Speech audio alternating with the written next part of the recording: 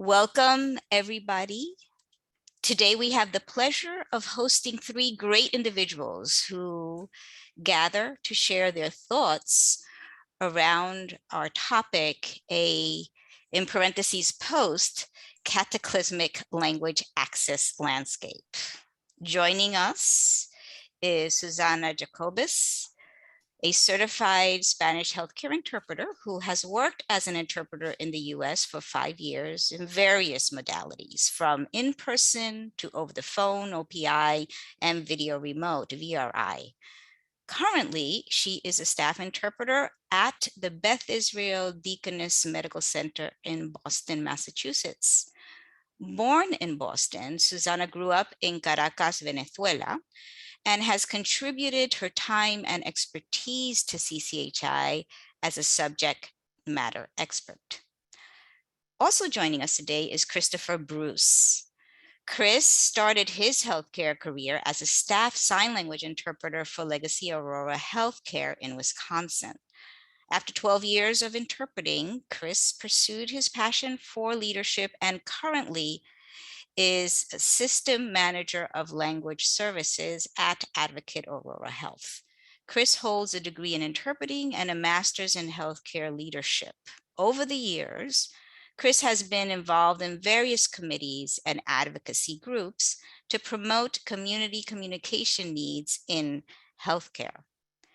And last but far from least is joining us today, Erin Rosales. She is the director of Training and Development for Connecting Cultures, a language services training and consulting company that specializes in the healthcare sector. At Connecting Cultures, Erin oversees the initial training and continued professional development programs. She also designs and facilitates online continuing education classes for healthcare interpreters across the nation. Erin holds a certified professional in talent development credential and is a certified Spanish healthcare interpreter through CCHI. Currently, she also serves as CCHI secretary and is in her final term as a CCHI commissioner. We will miss you, Erin. I would also like to take a moment and thank today's ASL interpreter, Mel, who is sponsored by Certified Languages International, without whom this roundtable would not be accessible to our fellow ASL communities. And now, without further ado, Erin, please take it away. Thank you, Zoe, for that lovely introduction, and thank you as well to our interpreter today. We have just a little bit of a peek behind the curtain. Been doing a little get to know you and a warm up of sorts a few minutes prior to joining live with everybody today. So I'd like to thank everybody who's joining the live conversation. We were commenting on, shoot, we should have been recording the pre-conversation warm up. So I think we've got a wonderful discussion in store for us.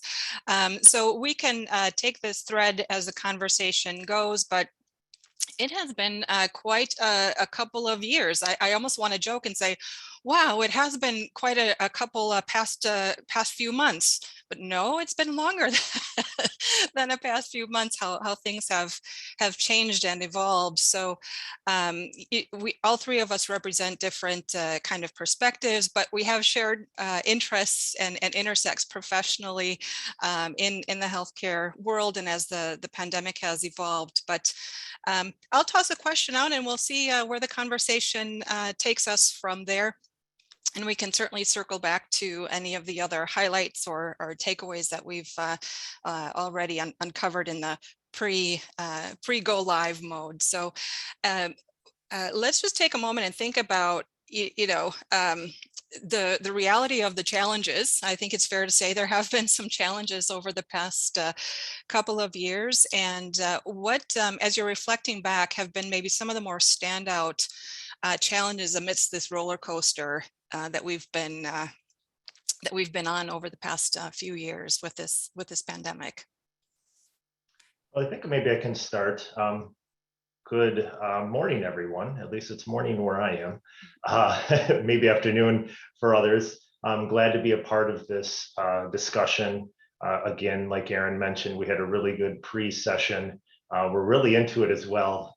So I'm sure we're going to cover most of what we discussed earlier. For me, as a manager of language services, I think there's been quite a few challenges, right? But the ones that stand out really with the pandemic is the shifting culture of the organization, moving from having on-site interpreters to a more technology-based interaction, whether it's phone or video, specifically video. But I think that is really one of the bigger challenges that we've faced throughout this pandemic. In addition, as well, to having staff now, for me, I have 80 interpreters on staff that went from presenting on site daily to now working remote from a home base. That's also been a big challenge. So when I kind of dissect the two, the shifting culture is real for us here at Advocate Aurora. Prior to the pandemic, we had already started to look into video technology. We had been using it in a legacy, one of the legacy organizations prior to our merge for many years. But we started to centralize our operation across the enterprise to include more video interactions, less on-demand interpreters. And the pandemic definitely expedited that transition. We talked about that, where we have, shifting that culture in a large organization typically takes quite a bit of time, which we didn't have on our side. And we're still feeling some of that. We still have some buy-in left that we have to really get from some of our providers and team members. But definitely, they were not ready, meaning clinical staff ready to shift to pure technology based, which was something that had to be expedited. So it was and still is a challenge for many of our providers. Again, less on-site interpreters means less opportunities to educate clinical staff, which as a role of an interpreter, you're consistently doing and advocating for your patients. And so educating 70,000 team members is extremely challenging. And so you lose a little bit of that as well. Also, more video equipment means additional upfront costs for an organization, which again, lower volumes meant that there wasn't as much revenue coming in. Supply chain, I'm sure across the country as well, right? We were hit with supply chain issues that was delaying some of these initiatives that we had. And then also the interpreters having to shift how they had to work. Some, I think Susana can talk about this, going from an on-site interpreter to now having to adapt to this video platform or video environment, which is different from being on site. And again, luckily with Advocate Aurora, we were using video interpreters, our staff for video interpreters. So the move to video interpreting was much more manageable. However, again, it was just very challenging. And then again, real quick, just going into the managing remote staff for myself and our supervisors through Advocate Aurora, managing remote staff is very challenging. There's making sure that there's an appropriate environment, private, space for them to work. We have our fair share of networking issues because everyone has their own type of technology that they're using for networking.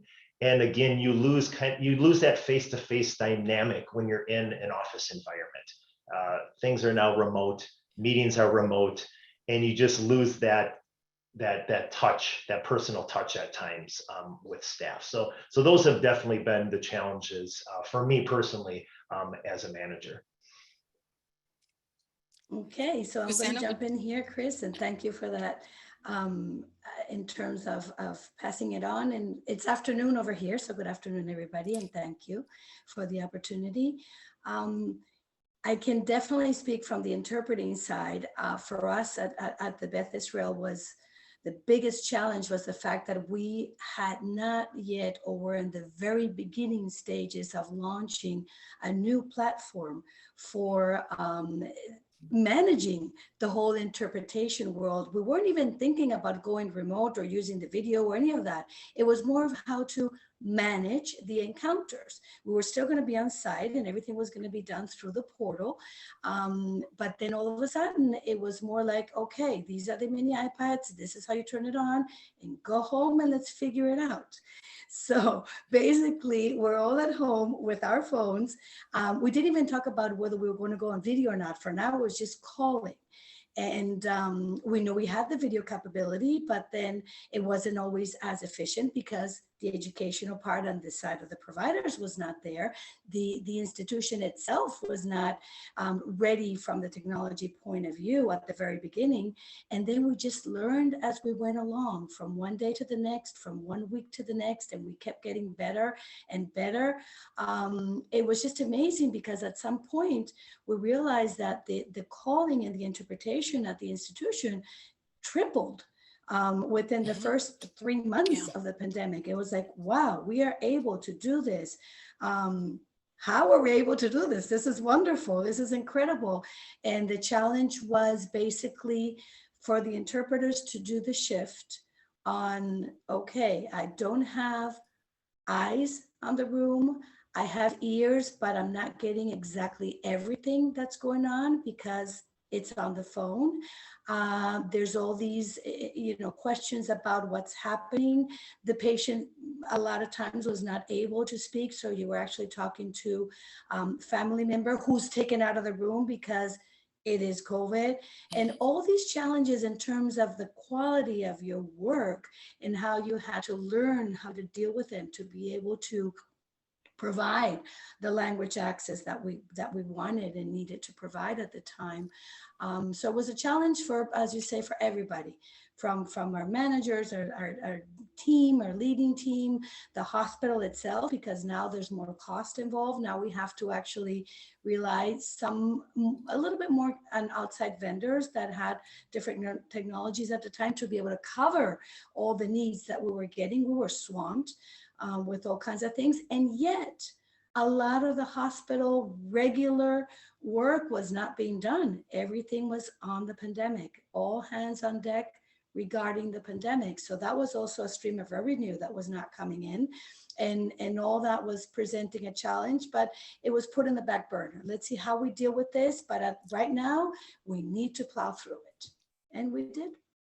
Yeah, shifting and adjusting priorities. One of the things that has come to mind for me is the idea of projections and what's going to happen tomorrow and planning and all of those things that we need to do as within departments and organizations. And you have your plans, and especially early on in those early days of, as we talked about, people don't know very much about COVID.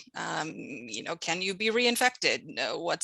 How do you treat this? How do you prevent this? What's the level of PPE that's needed? It was question after question after question, while, by the way, responding to the now needs, the things that are actually happening.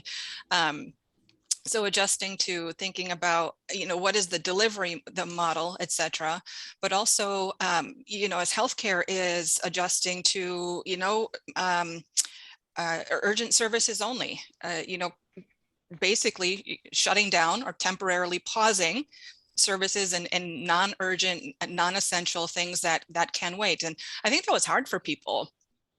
And if for patient populations, and then as interpreters as well, to be in the midst of that. And by the way, sometimes interpreters are patients themselves because we're human beings, and oh, by the way, so are the managers. and dealing with all of the struggles that we have on the personal front of that too. And then just for accommodating, thinking about, the staff, we have talked about learning and adjusting to the needs, having plans, and then making some decisions to, we have to pause that particular plan now versus we're going to execute on this other plan. I'm echoing some in my mind, flashing back to certain meetings where some of our healthcare service providers that we provide language services for, almost lamenting, but in a sort of kind of a positive way, how they were ready to do remote services for their patient populations, but there were these barriers that were in place, and because of the pandemic, those barriers went away. But Now they don't have the equipment because of supply chain. They can't get the technology equipment that they needed to be able to launch that initiative on the timeline that they had wanted. And so there was just a continual, as you think about one thing after the next. And as I'm thinking about kind of the challenges initially, it was keep on going through, keep on taking the next thing after the next thing after the next thing. Mm-hmm. And it's, the term I used earlier from the questions that we had in the prompts was the roller coaster. And I think, there's a reason why roller coasters last, maximum 90 seconds, because after a while, the human person needs a break from that roller coaster. So maybe I'll just use that as a transition, and as we reflect maybe on the challenges and the highlights in those moments of challenges, if we would like to talk about that then too. But what are some of the maybe moments that stick out in your mind where you did learn something in particular that you could do or achieve within your organization, or even within yourself, if you want to reflect personally as well to the level that you would be comfortable with? Sure. I mean, basically, I'm going to say that one of the most incredible moments is, for me, it was interpreting for COVID families, because in a way, I guess like cancer, you're a patient, but everybody's involved in what's happening. And the most important thing was to be able to educate the communities as a whole. It wasn't just a patient. It was like, okay, now we need to let everybody know that this is going to be contagious in this ways. And from the Latin culture perspective, we are always all together. We're always doing everything together. It's like, what? Not Thanksgiving, Turkey Day? No. Everybody home? That's not going to work. Okay, but if that's not going to work, then we're going to get a lot more cases. So it turned into the advocacy for everybody and trying to educate on language access was more important than ever. We need to make sure everybody understands what's going on. It's not just about the person who got sick with it. It's about everything else and everybody around them. So that was something that we were able to do because we were working together with the social workers. We were working with the chaplains. We were working with everybody who was around that COVID case that's hospitalized, and we were able to reach out to everybody else. And then all of a sudden we were able to do it also on video. I mean, there was this platform that was created that pertains specifically to the Beth Israel, and we were able to work with that. We were able to work with other platforms, Starleaf, or sometimes even FaceTime, to be able to all of a sudden going from everything is going to happen behind closed doors because we can't be in contact to, oh, now we can show them the family, now they can talk to each other. Seeing that and being a part of the relief from one patient to be able to see their family in video and interpret that encounter with the rest of the doctors in the room was just amazing, because it takes the level of helping others to just a new level. It's kind of like, wow, this is what being an interpreter and having this purpose is all about. That was something that, well, when you think that you've been doing this for a long time and you think that you're used to it or that you've got it all of a sudden this balancing of emotions comes into play, and being able to do that is, I think it was quite challenging, and it was, for me, one of the most interesting and beautiful things of this whole process.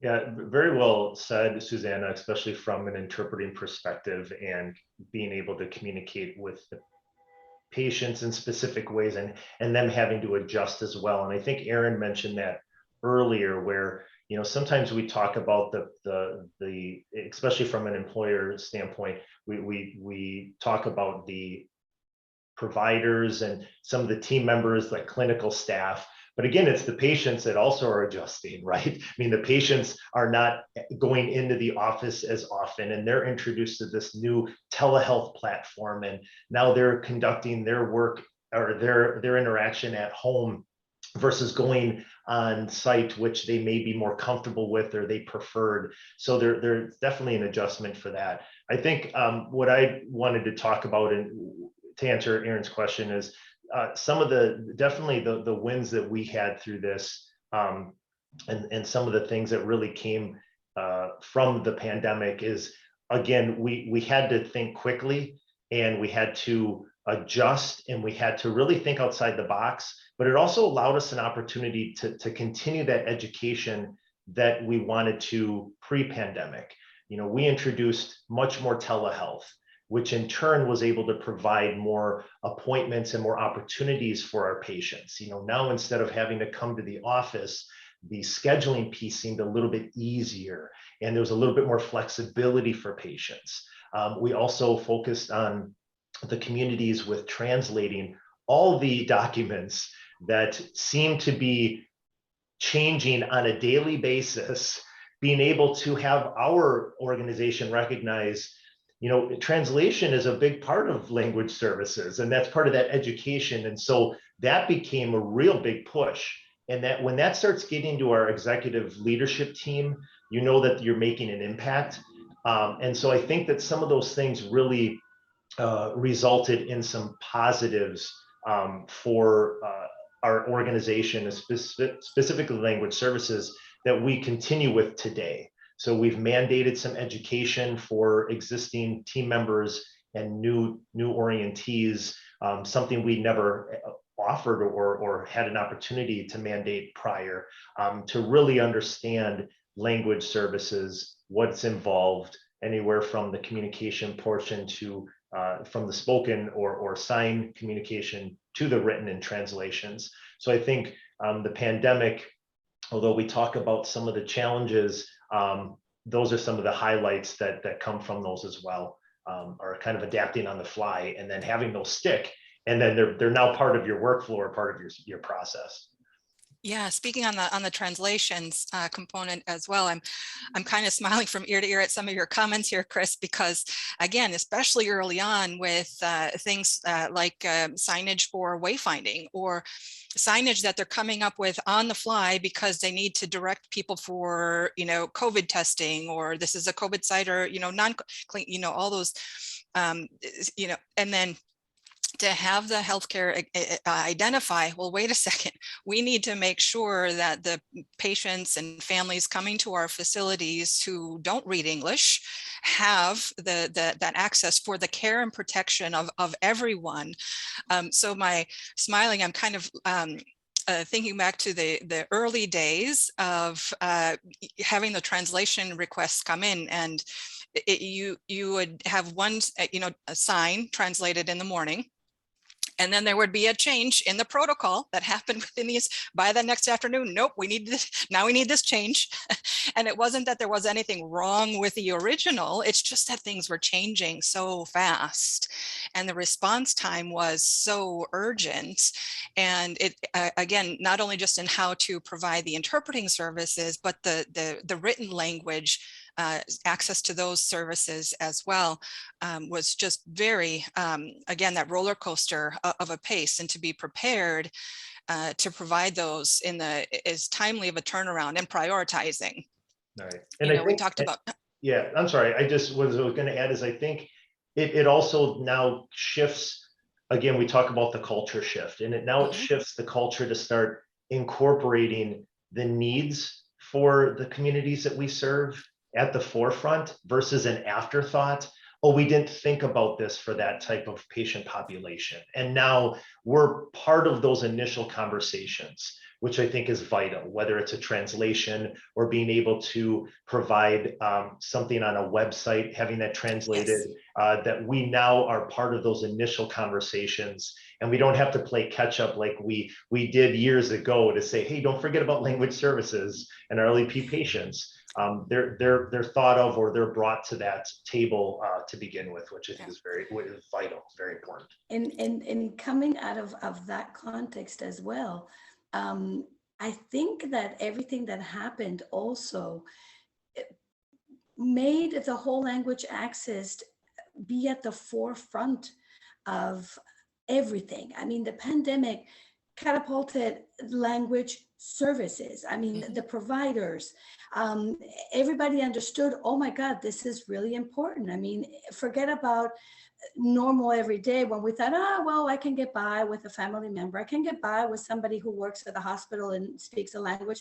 Well, all of a sudden, medical interpretation became so much more important, or actually, it's always been important. It became more clear to providers and everybody around them. They're like, oh yeah, this really, we can never forget about this anymore, because we are realizing how important it is, how we have to have it in the signage, in the translations of the documents and the consents and whatever is going to be happening, as much as the verbal interpretation in whichever modality it's going to happen. All of a sudden it's like, yeah, I didn't realize how much we really need this, and how it should stay, as we, I believe, went up a couple of steps in the ladder of importance as the part of the medical team. And now we just have to keep moving up, because they just understood how vital it was. Yeah, I think it kind of heightened the idea and concept of what community means. That Yes. when we're getting out, you know, we have our own immediate circles of people that we interact with, and you know, people have their own ideas as to who, and I'm going to say, I know the group I'm speaking with, but who should speak a particular language, right? That you should, right. So therefore, but in the midst of the public health crisis, you know, you can have the opinions and whatnot, but we are all community, whether we're encountering each other in a healthcare facility or a grocery store or wherever it happens to be, and the community is all connected. So in caring for the whole community, regardless of background, language, and you can go down the list there, what happens to one individual really can and does impact, you know, multiply that by however many other individuals. So as we're thinking about, you know, kind of the highlights or the takeaways or the positives, I think people did have a heightened sense and continue to carry that through of what it means to care for the communities, that it encompasses all in as a language services provider, you know, myself thinking about that always from the context of language, and neat to see that shift for others as well, to the point where even you know, just commercials on the local television networks have, you know, multiple language taglines or other things that never would have seen that prior. So very encouraging. Yes, very much. I also I want to kind of highlight too, and think about or reflect with you all on just the amazing people. You know, it was tough for everybody, and I think in many ways it continues to be tough and difficult. And so as I'm thinking about, you know, how did the team, how did the interpreters, how did, you know, everybody kind of pull together, and just like we think about, you know, the patients are maybe going through something rough. Occasionally our team members would be going through something rough, or the people managing, you know, the team, where, oh, we think we're at staff for today and now we're not because somebody tested positive, or, you know, they need to quarantine. And, you know, we have ways to adjust and work around that in ways that we didn't prior. But the reality that we have so many caring and dedicated professionals who, despite, you know, whatever the challenges they might be going through, are rallying, you know, for the team, and then also being caring and compassionate to, you know what, I'm going to pick up some slack for you in a manner of speaking. And then, you know, it changes, it comes around the other way. And now that person's picking up slack for me because I'm having a moment where I need to, you know, have that human care and that human touch myself. So that's also been something that's really inspiring. And I see that as well in healthcare, is burnout has been a reality, you know, for probably as long as healthcare has existed. And I'm a little bit mixed feeling on some of the signage that I see in restaurants and in stores and even in healthcare clinics, to the effect of, we're short-staffed, please be nice to our personnel. Yes. You know. Yes. And I think, well, you know what, that should be a good message for us to take away, regardless of our situation, and pandemic or not. So we are getting right up to the end of our scheduled time today. And so I in the interest of that, is there a way we can cheat and just go for another 30 minutes? No, we probably shouldn't. Well, I'm going to jump in here. This is Zoe again, and say that we could, except this may be the lunch hour for a lot of folk. Yep. They've taken their 30 minutes and we want to make sure we sort of allocate that time according to leave Absolutely. them to be able to then sign on for another one. However, I just want to take a moment once again to thank everyone for joining us for today's roundtable. And we always here at CCHI look forward to hosting these community conversations and other thought-provoking, interesting, motivating, noteworthy topics as they have been thus far and in the coming months. So we wish you well, and we look forward to hosting another round of community conversationalists in the coming months as we continue with the roller coaster, which hopefully is less of a roller coaster, and continue to learn. So thank you one and all for being here. Thank you, everyone. Appreciate the Thank you, conversation. everyone. Thank you. Yes. Yep. Have a Yes. great day, Appreciate everyone. all of you. Thank you. Appreciate everyone.